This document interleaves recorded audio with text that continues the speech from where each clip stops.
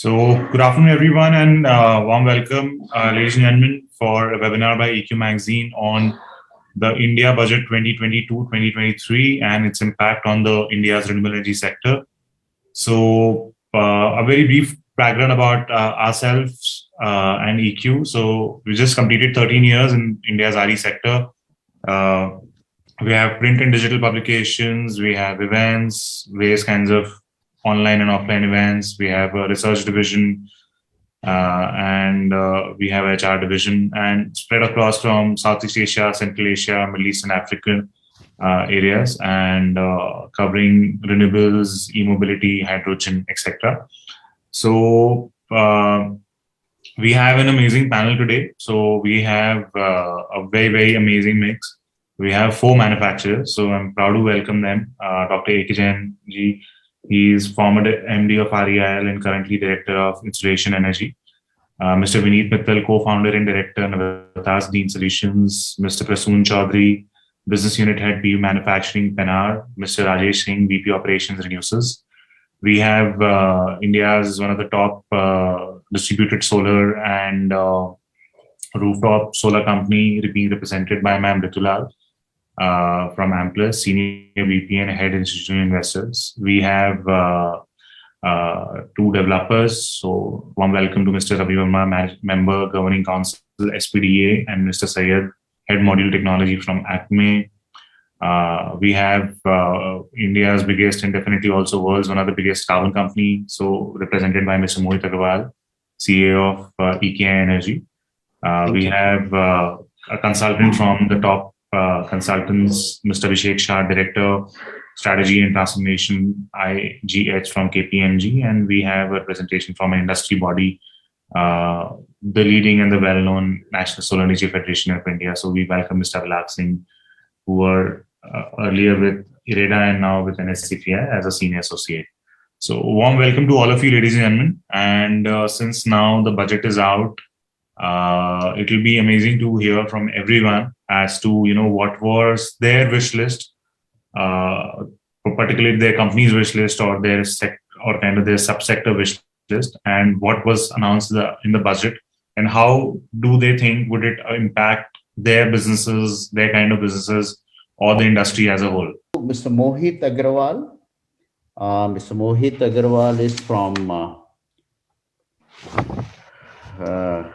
EKI Energy. So Mohit Agrawal, are you there? Yeah, I'm there. Can you hear me? Yeah. Good evening, everyone. This is Mohit Agrawal from EKI Energy Services Ltd. I'm a CFO here. All the panelists has already told everything about the budget and its perspective and everything. That's why I will, we are a climate change sustainability firm, and I will add my points from their our perspective, because we generate a carbon offsets, carbon credits by providing consultancies and from a renewable power itself. And given the thirst from the government on the renewable power through and what the PLI has given to the manufacturer by them, I definitely think over that this will boost the industry in implementation of the solar plant across the world, across the India, which is being 280 gigawatt target by 2030. But simultaneously, we were expecting that there will be some guidance from government on carbon offsets, as well as how the government is going to get net zero by 2070. That is the perspective from net zero on that side. Rest, government has given a good budget. It is progressive, sustainable, as well as inclusive budget, on which they have considered agriculture also, they have considered renewable and education, etc. I mean, they have covered all the aspects of the economy, and I don't think so there is something not considered by them. The only thing, they have to give the guidance on the NDC commitment that that government has provided in Glasgow Pact in last November 12, and we will really appreciate if they will come with some guidance on the same. That's the submission from our side. Yeah, over to Akhilesh ji. Mohit, do you have any idea for that? Yeah, sorry, sir. Do you have any solution for that?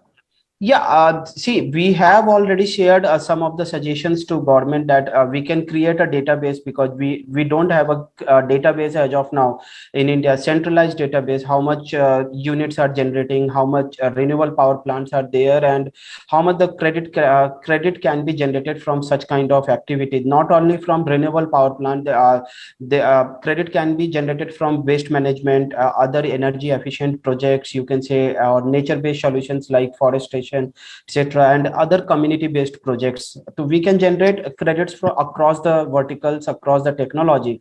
For that, we have to create the database, we have to create the manpower, we have to create the education policy, and the roadmap from the government on this one, how the India is going to achieve its target of 2070. Because for a country, 50 years is not a big period. For an individual it might be, but for for a country it is not a big period. And we have to start work as of means from today itself, to reduce the carbon emissions, to get the carbon finance from developed countries, and to support the manufacturer as well as the developer of the project or the project owner to get the carbon finance by selling the carbon credits. Right. And Right. yeah. Yeah. And there is one more ambiguity in GST. However, GST is not covered under the budget. That, but I still, all the panelists are there. I just want to place that carbon credit has not been classified as a goods or a commodity, goods services in our any of the act, except in income tax 115 BBG. I will really request if it would be clarified, then it would be appreciable on that part. However, budget is overall, holistically, I will say budget is very progressive and inclusive.